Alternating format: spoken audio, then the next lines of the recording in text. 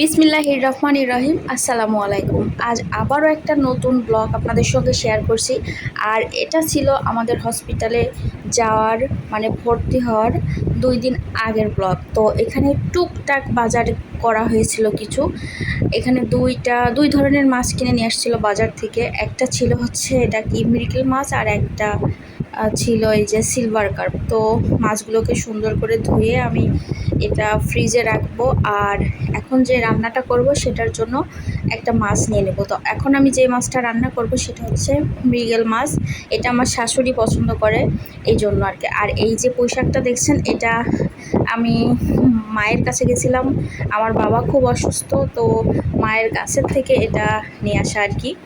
তো এই পুঁইশাকটা দিয়ে কচু দিয়ে এটা রান্না করব। তো আমি প্রথমে এটাকে কেটে নিয়েছি, তারপরে খুব সুন্দর মতো এটা ধুয়ে নিব।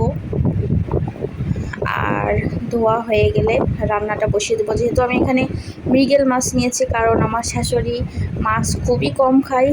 অন্যান্য যে মাছ, ইলিশ মাছটা পছন্দ করে, আর ছোট মাছ আর মাছের মধ্যে এই মৃগেল মাছটা সে খায়।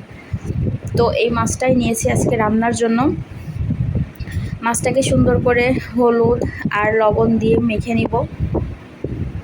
নিয়ে মাছটা খুব সুন্দর করে ভাজা করব, কারণ আমাদের আবার মাছ খুব সুন্দর ভাজা না হলে, একদম খুব ভালোভাবে ভাজা না হলে কেউ সেরকম খায় না। আমারও পছন্দ না, তাই এটাকে খুব ভালোভাবে আমরা ভেজে নিই। আচ্ছা, হলুদ লবণ লাগানো শেষ।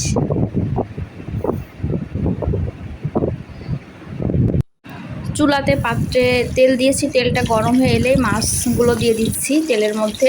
আর এখন দেখছি মাছ ভাজতে আমার বেশ ভয়ই লাগে, কারণ এত জোরে জোরে তেল ছুটে পড়ে, হাতে কয়েকদিন পুড়ে গেছে তেলের জন্য, আর মুখেও কয়েকদিন লেগেছে। এর জন্য আমার বেশ ভয়ই লাগে মাছ ভাজতে গিয়ে। তো মাছ ভাজাটা হয়ে গেছে, আর এরপর আমি পুঁইশাকটা দিব। মশলাটা দিয়ে হালকা কিন্তু মশলাটা একটু কষায় নিয়েছি, তারপর পুঁইশাকগুলো দিয়ে দিচ্ছি। পুঁইশাক সবগুলো, কচু পুঁইশাক এগুলো সবই দিয়ে নিয়ে হালকা নাড়াচাড়া করে নিব। তারপর আমি এটা কষাবো আর কি।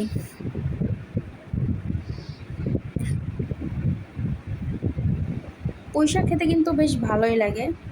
আর আমি জানি না আপনারা কচু পুঁইশাক একসঙ্গে খেয়েছেন কিনা। তো এরপর আমি হালকা পানি দিয়ে এটাকে ঢাকা দিয়ে দেব কষানোর জন্য। এই তো আমার পুঁইশাক আর কচু অনেকটাই সিদ্ধ হয়ে আসছে। এবার পুরাটাই ঝোলের জন্য যে পানিটা, ওইটা দিয়ে মাছগুলো দিয়ে দেবো। আগে মাথাটা দিব, কারণ মাথা অনেক বড়, তো এটা সিদ্ধ হতে টাইম লাগবে। আর এক এক করে মাছও দিয়ে নিয়েছি।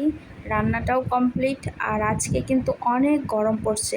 তো ভিডিওটা এই পর্যন্তই। আল্লাহ হাফেজ।